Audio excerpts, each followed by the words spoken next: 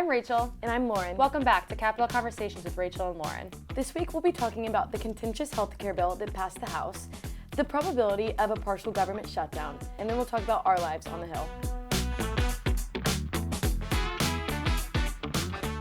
Welcome back, everybody. It is so great to be back in the studio after a long Christmas break, which was honestly so great to have. And so needed. So needed, and now we're 2026 and we're back and rock and rolling, and that's awesome. And I think we were given such a crazy week last week. They did not ease us into it, which, that's the House, so I'm not totally surprised. Not at all. And I think the thing that was kind of the biggest thing that happened in the House in particular was the passage of the Obamacare enhanced subsidies.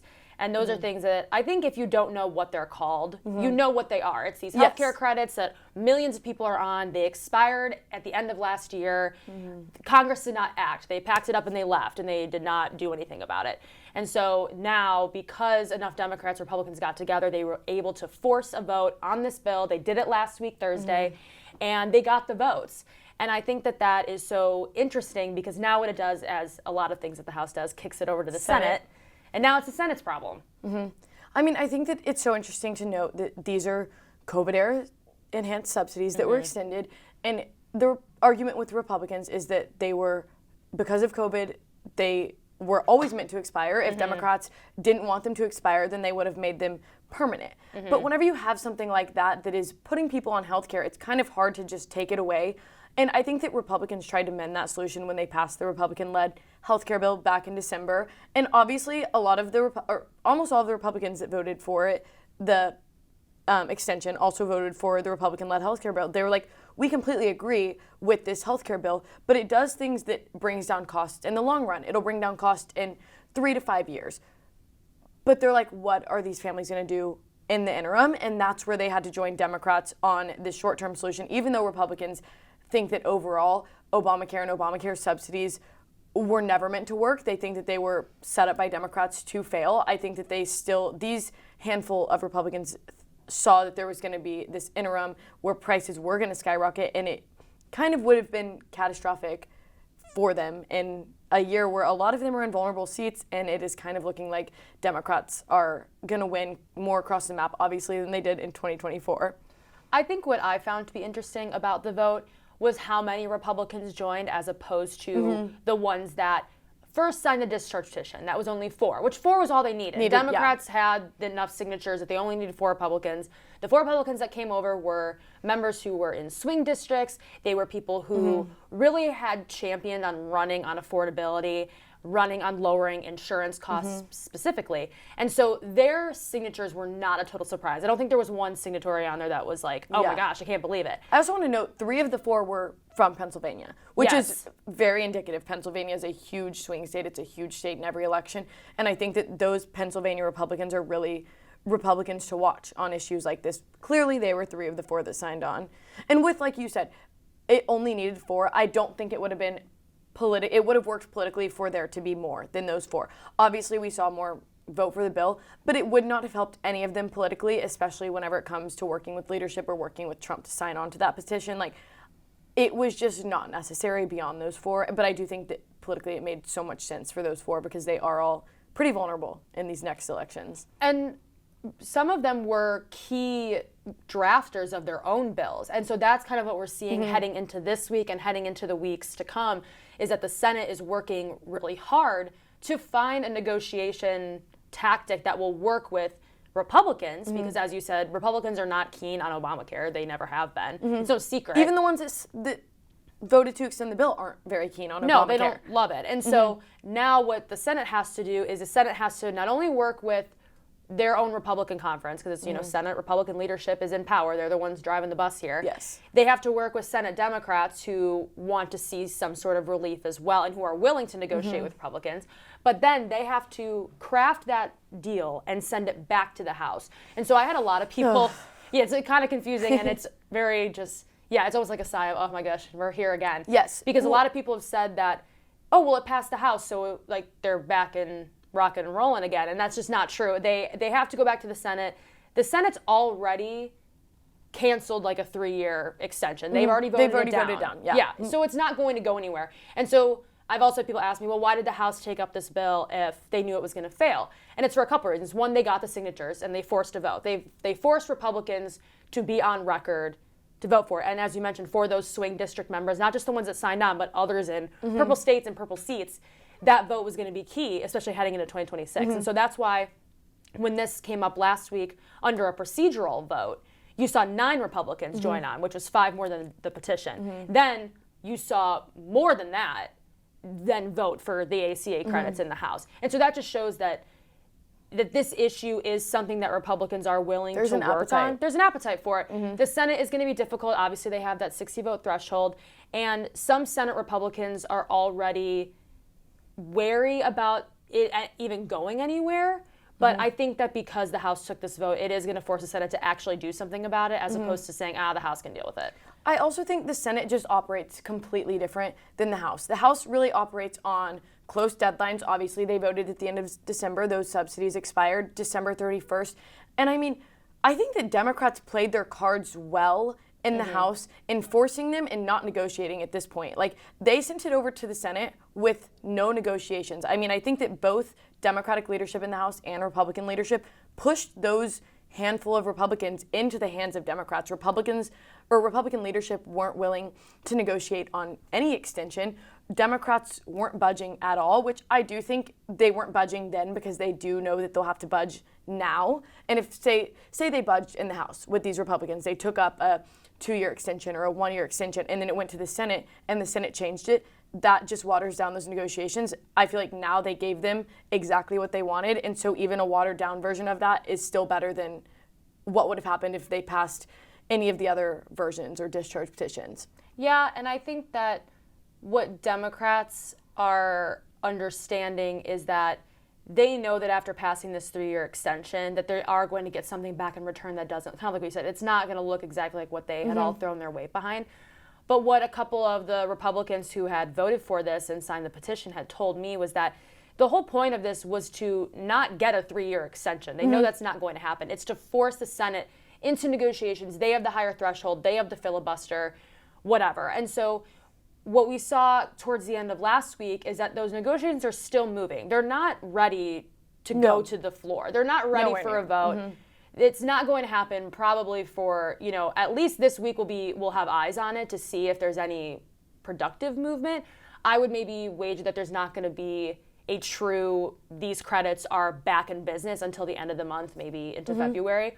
But Senator Bernie Moreno has been kind of one of the Republican faces who has been willing to negotiate with Democrats, has said that he wants to get 35 Republicans on board, which is basically 2/3. Yeah. That's going to be very difficult, especially in a Senate that doesn't rebuke Trump very often. And, on the ACA credits, Trump hasn't exactly been super vocal against them, but he hasn't been super vocal for them. It's kind of an issue that he is surprisingly not wading as much into as he's done other things. I mean, the White House, we heard rumors that they were going to release a plan on ACA. We never necessarily saw that come to fruition. Very fast. I heard it from a lot of members. They were like, I'm waiting to see what the White House is going to do, what the White House proposes, any plan that they give on ACA, and go from there. And then that kind of never came. I do think that the White House knows that these expiring enhanced tax credits could be catastrophic for them in a midterm year where it's already hard for them. Like, they have a trifecta in Washington, and any midterm election after winning a trifecta is hard for that party in power. And so I think that them weighing in, it was just already kind of an issue that they saw that could have been a problem with the midterms. And so I think that that's where they've kind of seen where they stand and stepped back almost. Yeah. Because I feel like the Republicans who even sided with Democrats on the 3-year extension haven't really gotten that much wind from the White House that they typically would for breaking with the party or breaking with leadership. And that is something that we've seen from Congress a lot since Trump got back into office, is that they are very much in a waiting game most of the time because they're waiting for the White House to give the green light. Whether it's on the Epstein files, they were whipping against it, and then suddenly they were whipping for it and saying vote for it. And then you have the ACA credits where they said they were going to have a plan, and then Republicans were like, great, now we have some structure to follow, and then there was none. And so I think what you've seen is that a lot of the power of leadership in the House and the Senate, though I will say, I think Senate Majority Leader Thune has done, I don't want to say a better job than Speaker Johnson, but, and also there's two different chambers, so it's very, I don't think that Speaker Mike Johnson would want the job of John Thune and vice versa, but I think that with the Senate, John Thune has a little bit more leeway to be an independent mind and thinker because he's like, well, Trump should be aware that we have this threshold, right? We have to break this threshold. And it doesn't matter on what bill. It could be a Trump-backed bill. It could be a bill Trump doesn't like, but that a lot of the members and the senators like. And so I think John Thune has a little bit more ability to kind of take avenues that maybe Trump isn't 100% okay with. We saw that last week with, a war powers resolution for Venezuela, which is a whole another thing we can get into on another episode. But we've seen the Senate be able to take this stuff, and they don't necessarily always wait for direction from Trump. Whereas in the House, with such a razor-thin majority, with such a large coalition of Republicans who really tout themselves as Trump Republicans first, and then House Republicans second. And I think that puts Mike Johnson in a very difficult spot because he now has to put out publicly that he hates these tax credits, as all Republicans don't. Which really I do think he does. Which he does. He doesn't like Obamacare. None of them do. But yes. He has to put that out there. But then when a lot of his members are splitting from the conference, I think just without any direction from the White House, because Johnson has allowed that to happen, which I don't know if you can necessarily say is his fault. That's just the way Trump leads. It's not anyone who was in that speakership position would be feeling. It's not just because it's Mike Johnson himself in the role. Those are members in vulnerable seats. It would happen on any Congress. It happens every Congress. We see it all the time. It is just much more noticeable in a very slim margin. I mean, it's the slimmest margin. We've said this a million times that the House has ever seen, and that just amplifies those defects. The people that are going against what seems like the White House or what leadership wants, it's just much more noticeable. And and bottom line, it's just difficult when the White House takes a back seat, because when Congress elects to put so much power and decision into the hands of the White House, when the White House doesn't fulfill that part of that exchange, then it puts vulnerable Republicans in a really difficult spot because they want to follow their leadership, they want to follow their president because he's the leader of their party, but also a lot of House members have said, and they've told us, and they've been saying for a while, that we have Article 1 powers. We should be the ones making these decisions. We shouldn't have to wait for the White House to, ring the bell before we do something. And so I think that these tax credits were something that came from that frustration, not only with House Republican leadership, but it came from frustration with the House just not operating the way that it normally does. And they said, well, we have to go with the Democrats now. And so it kickstarted conversations, which I think that's what everybody wanted. Was needed. Also, I mean, we saw during the government shutdown, Leader Jeffries and Speaker Johnson essentially say that they aren't willing to work together anymore. I don't think we've seen them work together then, but I do think these rank and file members working together is so necessary at a time when leadership of both parties is so unwilling to work together and so unwilling to come together to find a solution. And I think we're going to see that at the end of this month whenever we have another government shutdown kind of looming, a partial government shutdown. Partial, thank God. Don't fret. We have passed some appropriations bills. There are 12 appropriations bills. All 12 have not been passed since a Biden administration, but we do have that looming shutdown, and that's something that leadership is going to have to work together on to not happen. Yeah, and I think that one of the things that is potentially different about this shutdown time period versus the one that happened in October is that Chairman Cole and Ranking Member Rosa DeLauro, they are very upset with the idea that there was a government shutdown for that long. You can see it in their eyes. You can see it in the frustration when they didn't pass bills before they left for Christmas break in 2025. They are very frustrated with the way this appropriations process has gone. And I think that what has happened, there's a lot of different ways that you could dissect it, and I won't get into the nitty-gritty, even though that's my entire life, but the appropriations process has been disrupted by the fact that leadership won't work together. And it's been disrupted by the fact that House Republican leadership in particular allows some of these members, in whether they're fiscal hawks or they're more conservative or Freedom Caucus or whatever, allows them to have a big vocal voice in the appropriations process. And you see it with floor disruptions and votes being held open and them doing, concessions at the last minute. They are they are very in this sticky, stuck place. And Johnson will say, we're getting closer to regular order. We're almost there. We're going to pass all of them. It'll be great.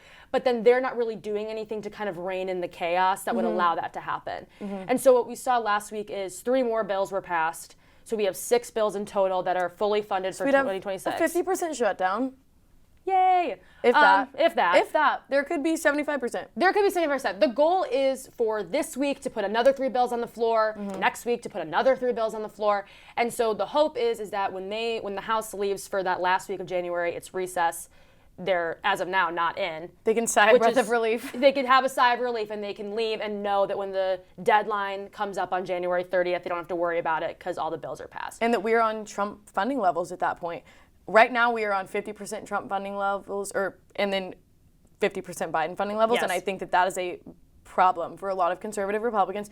A CR is still keeping funding the same, which a lot of fiscal hawks, they don't like CRs, but they do like keeping funding the same and not increasing funding. So it's not necessarily like they're that unhappy about them being Biden funding levels, but they are unhappy about them being Biden funding levels. They're unhappy, but yeah, like you said, they enjoy the fact that there's not going to be more Biden level spending happening. So I think what we're going to see is, however, these next couple weeks are going to be very indicative of whether or not there will be another CR, which basically just takes all those bills that they didn't pass and kicks them to September probably or March. Or a shutdown, which would be partial because already 6 bills have been passed.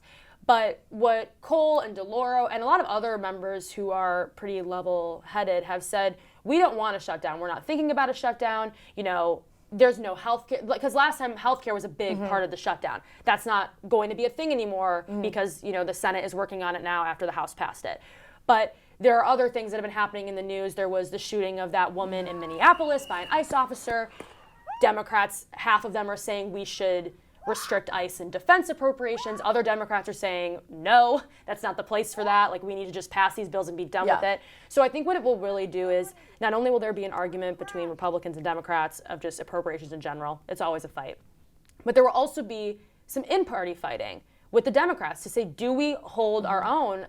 Because as we've said before on a lot of episodes, Democrats don't have a lot of power. So the only thing they can do is hold up bills, or they can hold up things like appropriations and go into a shutdown. They can use their virtually little political power to do something. And this is where that happens. In government funding. We've talked about it before. When they need that threshold in the Senate, that's really the only time, because the government's going to shut down. If they don't concede, we're going to have a government shutdown like we had back in October and November. And so this is really the only political capital that they have. I saw Congressman Eric Swalwell tweet yesterday. Now you have a dead mom who should be home with her kids. And the question I have is, will it happen again? Does anyone think this is the last time this is going to happen with the policy that's in place? So I think that instead of just letting it go, they're really going to fight for some rollback or some concessions on this, because this is the only time that they're going to have it until November if they win back a majority in the House. The thing that happened in Minneapolis with the woman getting shot was something that was probably the first inflammatory thing we've seen in 2026, which is so sad to think about that we're already, not even halfway through January, and we're already seeing something so tragic happen.